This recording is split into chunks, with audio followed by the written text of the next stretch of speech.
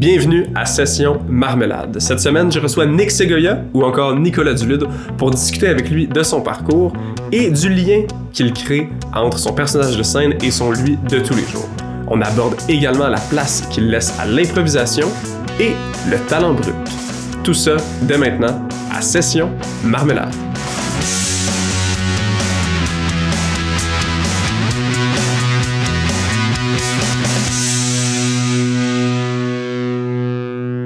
Bonjour Nick, bienvenue à Session Marmelade. Tu t'appelles Nicolas Dulude. Oui. On va parler de ton projet Nick Segoia. Yes. D'où est-ce que ça vient? Segoia ou Nick Segoia? Segoia, non. Écoute, ça vient de tout simplement... j'avais un show pour ça s'appelle les 12 heures d'endurance. OK. Ça se déroulait à La Tuque à ce moment-là. Puis j'étais avec un de mes amis, Guillaume Fuseau, qui est aussi c'est un artiste émergent. Là, en ce moment, il fait première partie de Jonathan Roy. Wow, nice. Ouais, les deux, ils ont des longs cheveux en plus, je pense. Ouais, c'est deux beaux blonds aux yeux bleus. Là, c'est assez... Écoute, allez les voir en show, c'est spécial. Bref, on était là-bas à La Tuque avec Fuseau, on se rendait vers le festival, puis j'étais comme, je veux pas m'appeler Nicolas Dulude sur la scène. C'est trop québécois. Puis on rit de ça, mais au Québec, faut un peu que tu joues avec... En fait, pour rien qu'au Québec, partout où t'es dans le monde, faut que tu joues avec de quoi t'as de l'air. Fait ton identité. Ton identité, c'est pis ça. Puis ben, pour ceux qui l'ont pas encore remarqué, j'ai la peau brune. Puis j'ai l'air un peu mexicain. Puis bon, puis on cherchait un peu, c'est quelque chose qui rappelait tout ça. Puis je voulais quelque chose d'enraciné. Puis Segoia vient du mot séquoia. Donc, un arbre qui est parfois... Très massif. Très grand. Très massif, grand, mais c'était surtout pour faire rapport à son expérience. Cet arbre-là a beaucoup d'expérience, donc pas oublier d'où tu viens, ces affaires-là. C'est bien poétique. C'est devenu Segoia. Est-ce que c'est parce que ça se prononce Segoia dans un... c'est parce que je voulais pas Sequoia, parce que je suis pas tant hippie que ça dans la vie. Fait que Sequoia, je tripais moins, puis Sequoia, c'est Goya avec 2-3 bières, puis c'est resté Segoia. Fait que c'est Nick Segoia. Fait que c'est ça la vraie histoire. Ce projet-là, comment tu l'abordes? Là? Tu es Nicolas Dulude, mais je sais que tu fais une petite différence entre Nicolas Dulude puis Nick Segoia. C'est ça, ben... Comment ça transparaît chez toi ou comment tu fais pour jongler avec les deux? En fait, ce truc-là vient tout simplement du fait que dans ma vie, j'ai été en contact avec beaucoup de personnes qui ont été dans le milieu de la vente. Donc, tu sais, quand tu vends des articles, ben il y a toujours un gars dans l'entreprise, mettons une canne de poids, qui fait comme faut changer l'image de ça puis ça. Puis j'étais prêt à le faire si on parlait de Nicolas Dulude.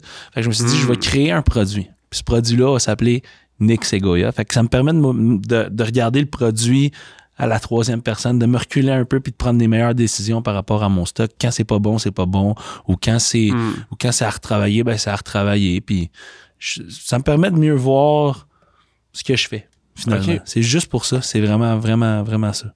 Puis comment est-ce que ça te sert, mettons, quand t'en parles, justement? Est-ce que tu dis « il », vraiment, en parlant de... mettons, t'appelles pour booker un show, je pense que t'appelles... Quand j'appelais pour booker un show, en fait, je le fais encore, mais plus rarement, parce que les gens sont au courant, dans mon entourage, que Nick Segoia, puis bon. Mais dans le temps, ça marchait mieux, parce que j'avais pas... fait des petites apparitions que j'avais faites à la télévision, fait que ça allait mieux. Tu sais, je disais, ouais, mais tu sais, Nick Segoia, il préfère telle affaire ou telle affaire. Puis là, ben, j'arrivais, puis là, hey, Nick Segoia, il arrive quand? Pour elle, il est censé être là pour 7 heures pour son show. Il va être là à 7 heures, puis là, il est 6h45, mais il est pas encore là, mais regarde, il m'a texté, il va être là. Puis là, le monde était comme, pourquoi le tech prend la guitare, puis il est derrière le mic, tu sais. Nick va aimer ça comme ça. Nick, c'est tout sur Nick. Puis moi, je faisais par exprès, je disais que je m'appelais Kevin. Parce que moi, quand je suis né, mon nom de naissance, c'est Kevin. Moi, j'étais adopté. OK, avant d'être adopté, c'est Kevin. Avant d'être adopté, mon nom, c'était Kevin. Fait que je trouvais ça drôle de dire, alors moi, c'est Kevin, je tech, j'installe le stock, tu sais. Je trouvais ça drôle. Ça t'a-tu servi? Est-ce que... ben écoute, c'était Est-ce que le monde te prenait au sérieux ou il te prenait comme une blague ou justement ça t'a servi à... Je niaisais pas, tu sais, j'arrivais et je disais bonjour. Oui, je m'appelle Kevin. En fait, moi, je viens m'occuper des instruments. Je vais tout setuper ça. Nick, il m'a dit que il allait être tout setupé, blablabla, blablabla. Puis là, j'étais comme, OK. Mais là, vous y avez parlé à Nick Segoia, le boy. Tantôt, ça drôle. Ouais, mais dans le monde, il trouvait miroir. ça. Là. Puis, et surprenamment, j'ai fait ça peut-être pour vrai 3-4 fois dans ma vie. Puis à chaque fois, ça donne un bel effet. Là, le propriétaire du restaurant ou whatever où je jouais, il était comme... Il trouvait ça sympathique. Ouais, tu m'as eu là-dessus. Là, genre, je trouve ça drôle que tu aies fait ça. Nice. Là, ça prouve un certain charisme aussi, un sens de l'humour. Puis au Québec, oui, c'est ça, tu joues avec ça. Oui, tu prends pas trop au sérieux. Non. Mais non. C'est quoi le but à Nick Segoya en musique?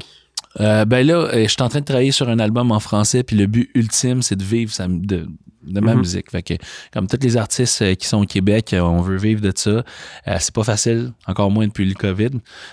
Puis là, le contexte économique vient d'une pas pire volée. Fait que là, tu sais, je te dirais que l'avenir là-dedans, pour moi, elle serait, selon moi, plus en radio satellite ou dans les radios, tu sais. Comme Sirius. Puis, comme Sirius, ouais. ces affaires-là, mais en même temps, je viens d'ici, je veux une carrière ici, j'aimerais ça être reconnu. Ben oui, c'est ça. Ici c'est ça. au Québec. Là, On disait plutôt que t'es adopté, mais t'es québécois. Là. Je suis arrivé Très ici à québécois. 14 pour mois, te connaître. Là. C'est ça. Ouais. Comment la musique est rentrée dans ta vie? Pourquoi c'est la musique que tu veux faire de ta vie? Ben, en fait, quand j'étais jeune, je me faisais beaucoup intimider. C'est vraiment, là, c'est un petit peu une histoire à la Georges Saint-Pierre, là, mais c'est la même affaire. Okay. Je me faisais intimider.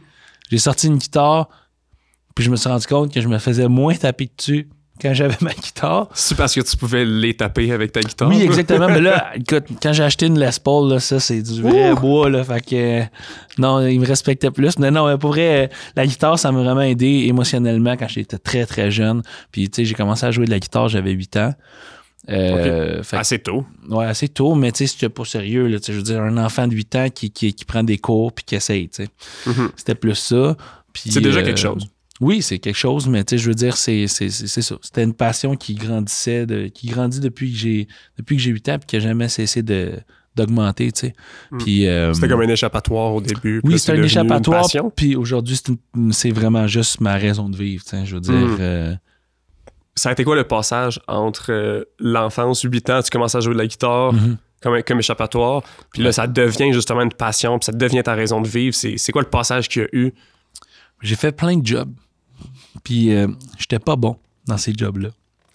Puis c'était pas seulement j'étais pas bon, mais j'étais pas à l'aise, je me sentais pas moi-même, puis je me sentais pas bien. Puis dans la vie, c'est important, je pense, de faire ce que tu as envie de faire, c'est une chose, parce que des fois, ce que tu as envie de faire, c'est pas bon pour toi, mais c'est plus fais ce dont pourquoi tu es talentueux, puis quelque chose qui te sert au travers de ça. Fait que ce que je veux dire, c'est que si tu te sens bien dans ce que tu fais, tu te sens valorisé, puis tu as le goût de continuer à faire ça, fais-le. Moi, je me fous de quitter de ce que tu veux, de quoi tu as l'air, puis c'est pareil pour moi. Je me fous de ce que j'ai l'air, je me fous de ce que whatever it is, je veux juste faire je veux juste être et faire ce qui fait en sorte que je me sens bien dans ma vie. OK.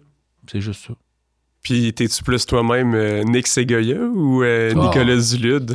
Je te dirais que les deux font partie de Nicolas Dulude en premier. OK. C'est important. C'est ça. C'était très important.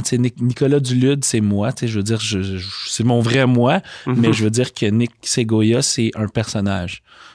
Au même titre qu'un acteur va jouer un personnage. Quand je suis sur scène, d'une certaine manière, je n'ai pas de famille, je n'ai pas d'amis, je suis tout seul avec ma scène, puis avec moi-même. J'ai fait un show à la Valtrie, là. Je partageais la scène avec 3 autres artistes. Écoute, je suis arrivé sur la scène avec une bouteille de vin, puis une coupe. On a mis un sofa, puis une table, puis on buvait du vin pendant que l'autre, il faisait sa performance, puis moi, j'étais bien... Écoute, si tu regardes les images, là, j'étais vaché de même avec ma tuque tout croche, puis dans la vraie vie, je ferais pas ça. Si tu m'invites chez toi, je vais être droit, je vais arriver, je vais être calme. Là, c'était Segoya qui Mais là, c'était Segoya qui OK. prenait le dessus. Je parlais fort, je prenais de la place, puis j'étais là pour le show. J'étais là pour le show, puis c'était ça qui était important pour moi. Ouais, c'est ça. Puis c'est important aussi de faire la différence. C'est ça. C'est-à-dire, le show, il se passe pas 24/7. Là. Exact. Dans ma vie personnelle, ça va arriver plein de fois que j'arrive, je suis un petit peu showman, tu me connais, tu sais. Puis là, des fois, ça va arriver dans, mettons, des soupers de famille où, hey, dis-le, calme-toi, là. C'est pas le temps, là. Ouais, c'est ça. Ah, OK, pas de stress. Des amis me le disent des fois aussi, mais ça fait partie de la vie parce que je suis Puis comme t'es ça. capable de le prendre aussi. Fait Mais oui, absolument. C'est important aussi, tu sais. Absolument, mais ce que je veux dire, c'est je suis comme ça. Fait que c'est ça, c'est juste que Segoya, c'est une version amplifiée, puis j'ai rogné un peu, j'ai enlevé tout ce qu'il faisait trop sérieux à mon goût.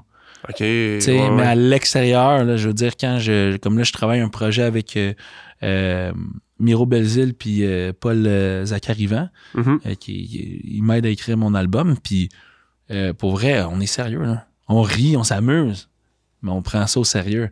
Mais ça, je veux pas amener ça. C'est pas le showman qui est 100%, qui est 100% là non plus en studio. Exact. Je veux pas amener ça. Je suis pas en train de faire un show en studio.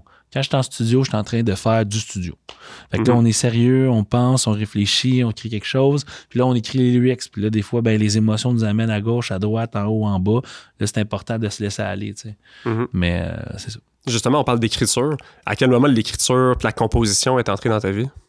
Au lieu de juste, mettons, faire des covers puis reprendre des tunes? La première chanson que j'ai écrite, je pense j'avais 11 ans. Ouh, assez jeune. Ben oui, ma mère, elle a une photo. Puis je t'explique pourquoi. Je quitte. On est parti de Granby pour Boucherville. On déménageait. Puis avant de partir, j'avais eu le temps de quand même charmer quelques demoiselles avec ma guitare fin primaire. À l'âge de 11 ans, ouais, on le rappelle. Fait que j'ai une photo avec 3 boîtes de Kleenex sur une table. T'as genre 11 filles autour de la table en train de brailler. Puis moi, de même. Sur le Parce que tu t'en veux. Avec la guitare. Ouais, parce que je m'en vais. Puis la toune s'appelait Je ne veux pas partir. Mais tu sais, c'est cute, t'as 11 ans. Là. Puis tu sais, c'est genre. Les trois accords que t'apprends. Sol, do, puis ré. Là. Puis c'était ça à répétition. Là. Je ne veux pas partir au risque de périr. On a pas de même. C'était... Ça va se retrouver sur ton prochain album. Ah, absolument pas. Absolument pas. Mais c'était ça pareil. Puis, fait que je te dirais, première tune écrite 12 ans, mais ça a pris un temps avec que je revienne en français. OK. Fait que ça, c'est en français, mais tu as commencé avec de la composition en anglais. En anglais, dans ton premier blues. EP que tu as sorti, il était en anglais? Il était en anglais. En 2021, j'ai lancé un EP qui s'appelait Your Song, parce que je voulais... Je cherchais encore mon identité, là, on va le dire, là, mais c'est un très bon album quand même. Je suis content de l'avoir fait. Je l'ai fait avec William Gabouri. Ce gars-là, c'est un génie, c'est un réalisateur, producteur de fou. Puis il m'a permis de voir la musique sous un autre angle, puis d'apprendre à me connaître. Fait qu'aujourd'hui, à cause de ça, je suis capable de faire du français qui est réellement à moi. OK. À quel niveau? Qu'est-ce qui t'a appris vite de même? Là, je suis curieux. Vite de même, écoute. Il m'a appris à me servir d'un studio, à avoir la bonne attitude dans le studio. Il m'a appris à se détendre en studio. OK. Parce que moi, je l'avais appris à la dure. À la dure. À la dure, à la old school. Si la session commence à 9, t'arrives à 9h, t'es en retard, retourne chez vous, t'es pas là pour travailler, puis t'es pas sérieux. Parce que si t'arrives à 9, ta guette est encore dans ton case, t'es pas prêt à travailler, t'as encore ton manteau. Fait... Exact. Puis tu sais, c'est un petit peu plus... c'est un petit peu plus rough, là. Tu sais, aujourd'hui, n'importe qui peut avoir un studio, là. Fait que si toi, tu me traites mal, là... Tu t'en veux. T'as beau avoir un studio grandiose, si tu me traites mal, je vais m'en aller ailleurs. T'as plus besoin d'avoir un soundman avec... T'as plus besoin de 3 techniciens pour faire fonctionner ton studio. J'ai fait l'album. La plupart des chansons qui vont se retrouver sur mon album en français, je les ai fait seul chez moi dans mon appart avec un chat qui miaule. Là. OK. Fait que, tu sais, je veux dire, puis... J'espère qu'on l'entend. Ouais, on l'entend une fois, mais je ne dirai pas dans quelle chanson. Okay. Puis rendu là, si vous êtes sincèrement capable de trouver le miaulement dans la chanson... On gagne quelque chose? Écoute, je viens chez vous, je vous fais un show de 3 heures gratos. Tu sais que je vais le chercher, là, le miaulement. Cherche et trouve. Quand l'album va sortir, on espère cet été. Je voulais le sortir au début de cet été, mais il y a eu des changements dans la direction qu'on a pris parce que... je voulais allier un peu le côté pop avec un côté plus old school underground, mais ce qui est important, je le répète, c'est de se sentir soi-même. Puis quand je me sens moi-même, il y a un style qui sort, puis qu'on va essayer de faire en sorte que ça soit plus Nick Segoya. Plus Nick Segoya, puis rien d'autre. Ça, c'est l'album que je travaille avec Miro. En ce moment, c'est beau ce qu'on fait, c'est vraiment bon. J'aime ça, puis je trouve ça spécial de dire que c'est vraiment bon parce que c'est moi qui le fais, là, mais c'est juste qu'il y a un beau travail d'équipe là-dedans. On travaille bien, puis puis tu te sens toi-même à travers ça, fait que t'es capable de, c'est sûr que je vais trouver ça. Exactement. Ouais, exactement. Cool. Ça ressemble à quoi quand, justement, t'es en répétition ou quand t'improvises pour commencer à jammer ou à... Ouais. En fait, je sais que t'aimes pas le mot jam. On s'en est déjà parlé. Oui, on s'en est déjà parlé. Toi, pour toi, un jam, ça veut rien dire. Si je t'invite dire. à jammer chez nous, il faut qu'il y ait une direction, il faut que je dise on jam pour improviser pour mon album. Je cherche à faire une chanson qui parle d'un certain thème ou quelque chose. Toi, ça ressemble à quoi, justement, quand tu te mets à la création? Mais en fait, il y a 2 ans, j'ai fait, mettons, plus la connaissance d'un gars qui s'appelle Jean-Michel Marleau. OK? Puis lui, il est propriétaire ou copropriétaire, peu importe, d'une compagnie de bateaux. OK? Puis il m'a engagé en tant que matelot. OK? Puis il savait que je jouais de la musique. Puis lui, ben, il m'appelle son jukebox. Parce qu'il m'appelle à l'improviste, je me pointe ses bateaux, puis il fait juste me dire « Bon, ben, donnez un sujet à Nicolas, là, puis il va partir. Ou plutôt à Nick Segoya, puis il va partir. OK, go.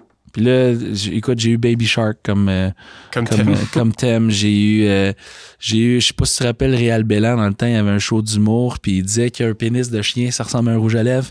Oh, il y a quelqu'un qui a crié ça, puis j'ai fait le show. Puis tu sais, c'est pas des petits shows tout le temps. La plupart du temps, on se ramasse autour d'un feu, puis c'est des plus VIP style, tu sais, un petit cercle fermé, puis on est un des petit show artistes. intime. Ouais, puis ça marche, puis c'est le fun. Mais ça est arrivé de le faire sur la scène pendant qu'il y a genre 100 personnes sur l'eau qui me regardent. Puis, tu sais, en tout cas, bref, tout ça pour dire que t'improvises avec les thèmes avec ce que les gens me donnent. te Ça a ouais. commencé comme ça. Okay. Ça a commencé comme ça. Mon album, comment je fais pour l'écrire? On arrive le matin, il y a nada, zéro. Là. Quand on arrive dans le studio, là, je dis à Paul puis à Amiro, on écrit de quoi aujourd'hui? Puis là, comment tu vas aujourd'hui, Marco? Puis là, tu vas me dire, ben, il y a telle affaire qui se passe dans ma vie ou OK. Moi, ça va bien. Ça va bien? Ça va super bon, bien. mais c'est super. Je reçois un ami à Session Marmelade. Ça peut pas mieux aller? Ben, on pourrait, tu sais, ça je te dis, justement, ça va bien, tu fais ce que t'aimes dans la vie, t'aimes... Ce qui me dérange, y a rien. C'est ça, ben... Pour rimer avec bien un peu. Ouais, mais même pas, tu sais, même pas, pour l'instant, c'est même pas ça, c'est juste trouver un sujet, on avance là-dessus. Fait que des fois, Paul, il est tellement bon, man, il arrive là, puis il est comme, « Hey, gars, j'ai une idée. » Puis là, il fait genre... C'est ça mon idée. Puis on part là-dessus. Il fait exprès pour que ce soit un peu... C'est weird ou c'est tout croche ou c'est droit, mais on n'a rien là-dessus, puis on part là-dessus. OK. Fait que c'est vraiment, on part de zéro, puis le but, c'est qu'à la fin de la journée, un peu comme dans un camp d'écriture, t'as zéro, tu sais même pas avec qui tu vas travailler dans un camp d'écriture. Non, c'est ça. T'es mixé souvent avec 2 autres personnes. Et voilà. Mais je pense que ça va bien parce que moi, j'ai la force de l'improvisation. Paul, je trouve que, en tout cas avec moi, j'ai trouvé que ce qui ressortait le plus, c'était sa plume. Puis Miro, il a un pouvoir de... Comment tu dirais ça? Il est capable de rendre tout ce que tu vas faire homogène. OK. Au niveau de la production musicale? Au niveau de la production musicale, puis il est capable de prendre une direction aussi. Okay. Fait que c'est comme ça que ça se passe. Là. OK. On peut-tu s'essayer? Je peux-tu te shooter? Ouais, si tu veux. T'as une chemise carottée. OK. On est chez TVSO. OK, TVSO. Puis il y a notre tech Mathieu qui sourit pas. Okay. Ben, il souriait pas avant que je le mentionne. OK. Fait qu'il sourit pas ou il sourit? Sourire en coin. Yeah, yeah.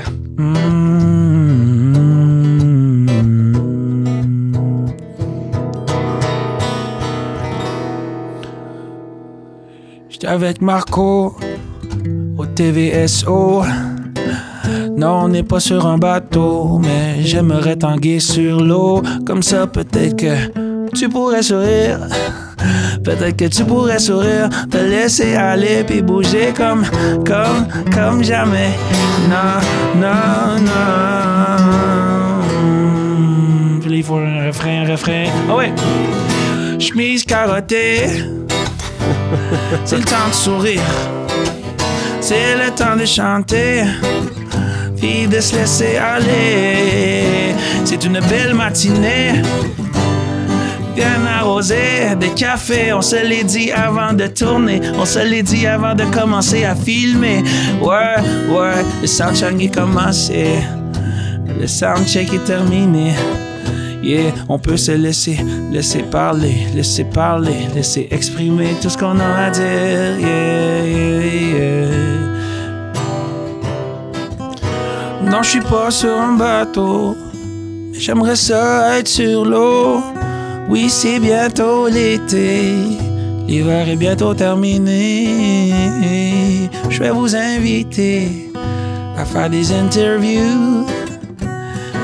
Puis venir chanter sur le top d'un bateau avec moi des chansons qui finissent par ouh, ouh, ouh, yeah, yeah, yeah, yeah, yeah, ouh, yeah, yeah, yeah, yeah, yeah. Genre, mais tu m'as pogné de cours aussi, là. Mais c'est ça qui est le fun. Mm-hmm. Les bateaux, justement, on fait ça. Tu sais, ça va arriver qu'ils vont dire « OK, Nick, go! » Puis, tu sais, pour vrai, ça fait 2 heures que je suis réveillé, je suis pas prêt, mais regarde, OK, on y va. L'improvisation est là. C'est ça. Fait que c'est ça. C'est ça que t'appelles, je pense, le talent brut. C'est quoi ta définition du talent brut? Talent brut. Ouais. Pour moi, un talent brut, c'est quelqu'un qui est capable de se démerder. Tu sais, c'est pas improviser nécessairement. Je veux que tu sois capable de te démerder. Tu sais, moi que au naturel, dans un moment naturel là, où tu es tout seul, tu t'es débrouillé, mais là, il est là le talent. OK. Tu sais, je vais penser... Que ce soit musical ou pas? Ça peut être musical ou pas. Ce que je veux dire, c'est qu'un acteur, il est pas défini, il est pas bon parce que il est donc bon, il a dit le texte. Mm-hmm. Un acteur, il est bon parce que au-delà du texte, il a fait d'autres choses. Il a ajouté sa touche quelque part. Capable de mettre sa touche, et si c'est ça. Fait que c'est un petit peu ça. C'est un talent brut pour moi, c'est quelqu'un qui est capable, pas d'écrire la meilleure tune du monde, mais d'être capable de faire quelque chose qui a une direction de sensé puis de vrai. Puis qu'au final de tout ça, ça sonne bien. OK. Est-ce que tu considères que tu as du talent brut? Oui. Écoute, je ferais pas ça dans la vie sinon. OK. Je ferais pas ça. C'est sûr que, tu sais, je suis loin de me dire que je suis le meilleur, là. Vraiment pas, parce que sinon je travaillerais juste pas, tu sais. Mm-hmm. Mais non, j'ai tellement en plus rencontré de gens talentueux, il y en a plein, tu sais, sur la scène un petit peu plus connue que moi, évidemment. Tu sais, comme, je pense à Andy Saint-Louis. Hein. Mm-hmm. Ça, c'est un talent brut. Mon ami Fuseau, ça aussi, c'est un talent brut. Ce gars-là, là, place-les devant un micro, là, puis dis laisse-toi aller, là. Laisse-les pas avec son ben, là, se laisser aller, là. Tu vas savoir c'est quoi un vrai talent brut, là. Mm-hmm. Puis dans ma vie, j'en ai rencontré plein d'autres, tu sais. Moi, j'essaie juste d'être un peu plus comme ceux que j'admire. Fait que dis-toi que si jamais je fais quelque chose qui peut ressembler à un autre, soit par hasard ou par inspiration, ben c'est parce que je l'admire. C'est pas parce que je veux le limiter. OK. C'est qui que t'admires? Est-ce que t'as des noms, des inspirations? Écoute, j'ai pas d'idole en particulier dans ma vie. Puis ça aide des idoles, mettons, des inspirations ou des artistes que justement que t'aimes suivre? Ben écoute, ceux que j'aime suivre en ce moment, c'est sûr que Jacob Collier. Oui, lui, le fameux jazzman. Oui, qui mais mixe avec le pop. Mais c'est tout. Ce que j'aime de lui, justement, c'est que tout le monde est comme « Oh, c'est droit ce que tu fais, c'est parfait ce que tu fais. » Puis oui, c'est vrai que c'est droit puis c'est parfait, mais tu vas l'écouter parler pendant une interview ou l'écouter parler dans une convention où il va te dire comment lui, il écrit ses chansons. Il n'y a rien de décidé d'avance, puis il n'y a rien... Il n'y a rien de droit, en fait. Là. Il n'y a rien de droit. Les choses s'alignent après. Après, ils alignent. Ouais. Mais sa job, c'est pas d'être aligné, là. De tout aligner ça. Sa job, c'est de trouver, chercher, puis de créer. Puis c'est un petit peu ça. C'est comme ça que je me définis aussi en tant qu'artiste. Ma job, c'est de créer. Ma job, c'est pas d'être derrière la console. Quand je suis Nick Segoya, en tout cas, là, parce que je produis aussi d'autres artistes. Ouais. J'en ai produit plutôt dans le passé. Là, je suis un petit peu sur pause là-dessus, mais j'en ai produit dans le passé des artistes. Mais c'est juste que quand tu produis un artiste, c'est son produit à lui. C'est son âme à lui que tu veux retrouver dans la chanson. C'est son talent brut à lui que tu veux dépeindre dans cette chanson-là, pas toi. Toi, t'as pas rapport là-dedans. Toi, t'es juste le gars, t'es l'instrument qui permet de prendre son talent, le transférer, puis mettre ça dans une toune. Parce que lui, il sait pas le faire. T'es comme la balayeuse de Ghostbusters. Ouais, ou dans je sais pas pourquoi j'ai eu ça en tête, là, mais quand tu travailles sur tes projets à toi... Ouais. Là, présentement, tu travailles sur des chansons. Tu as un prochain single qui s'en vient, qui va sortir un peu avant. J'aimerais ça qu'il sorte avant, album. c'est Me Sauver. Okay. Me Sauver, une chanson que j'ai faite sur la scène de Jay Scott. Puis c'est une des premières que j'ai écrites dans l'album aussi. Mais je trouve que c'est une belle chanson, elle est positive, elle fait bouger les gens. Donc, c'est mais là, tu viens de mentionner la scène de Jay Scott, fait que je peux pas passer à côté. Qu'est-ce qui t'a amené à être sur sa scène puis à jouer avec? C'était ma fête. OK. Je m'en allais à son show. j'y ai écrit. Puis il me connaissait à cause de La Voix. Pour tu as fait des auditions à l'aveugle à la voix. On l'avait pas mentionné encore. C'est ça. Malheureusement, ils se sont pas retournés. J'étais réchauffé, j'étais prêt, j'étais mindé. J'ai fait ce que j'avais à faire. Je me foutais au final qu'ils se retournent ou pas. J'étais allé jammer avec eux. C'est disponible en passant sur la page Instagram c'est ça, de un petit TVA. jam que tu faisais, t'improvisais puis tu roastais un peu les coachs, me semble. Ouais, j'ai roasté un peu les coachs de façon très amicale. Là. Je veux dire, j'ai imité Corbeil devant lui. Là. Puis c'était vraiment le fun. Je les ai pognés un par un. Puis je les taquinais un peu. Puis c'est ça, Jay Scott était là. Puis on a fait connaissance. Après aussi, on s'est parlé beaucoup plus. Puis c'est ça, on a gardé contact quand même. On n'a pas encore travaillé ensemble. J'aimerais ça un jour que ça se donne, mais pour que ça se donne... On lui envoie le message. Ouais, j'ai envoyé le message, mais j'aimerais ça. C'est sûr que j'aimerais ça faire de quoi avec lui, mais en attendant, il faut quand même pas un certain rang, parce que je vois pas ça comme ça, mais c'est sûr. Une certaine approche. Une certaine approche, puis il va pas aller faire une toune avec un Nick Segoya qui est pas connu encore. Là, peut-être que si dans le futur ça change, j'ai des chances, là, mais peu importe, c'est un bon gars, puis on se parle, puis c'est ça, cette journée-là, j'y ai écrit que je venais à son show, il a dit « ça te tente-tu d'embarquer » Puis j'ai dit oui, puis j'ai fait ma toune, j'ai fait un solo de guitare, après ça j'ai fait ma toune, ça aussi c'est disponible sur ma page Instagram, fait que à la fun, ça vous tente d'aller voir ça. Là. Cool. Qu'est-ce qui s'en vient à part l'album pour Nick Segoya? Des shows bientôt? Oui. Ben, le 1er mars. OK. Je vais avoir un show au Hook. On fête... le Hook, c'est un centre d'escalade. On va faire un show là-bas. Pour fêter les 4 ans, ça va être vraiment cool. Fait que ça vous tente de venir. C'est ça, ils ont une scène. Ouais, ils ont une scène. Autrement dit, c'est là où ils lancent. C'est un toit. C'est une mezzanine non protégée. Je suis en haut de ça avec un tapis et une guitare, fait que ça va être bien le fun. Puis il va y avoir un guitariste avec toi qui va t'accompagner? Oui, David Lemire qui est censé être là avec moi, donc j'ai hâte de voir ce que ça va donner. Je vais improviser aussi, ça va être une formule FNAF, là. Fait que mes tunes, des covers. C'est à peu près 45 minutes de tes tunes, puis de cover, puis 45 minutes d'improvisation? C'est ça, cette journée-là, ça va être quand même spécial. C'est plus un 3h30 de show non-stop. Je suis habitué de faire ça. Oui, je sais que tu es capable de le faire, ouais. Fait que ça va être ça, cette journée-là. Mais c'est ça. Excellent. Fait que 1er mars, au centre d'escalade Hook à Sainte-Julie. Exactement. Puis sinon, je viens d'avoir j'ai un nouveau TikTok là, que je vais poster sur mon Instagram. Fait que allez voir mon Instagram. Puis je suis en train de faire des vidéos pour faire le TikTok. Là. Excellent, ça marche. C'est ça. Fait que merci beaucoup d'être venu à la session, Merci de l'invitation. Très gentil.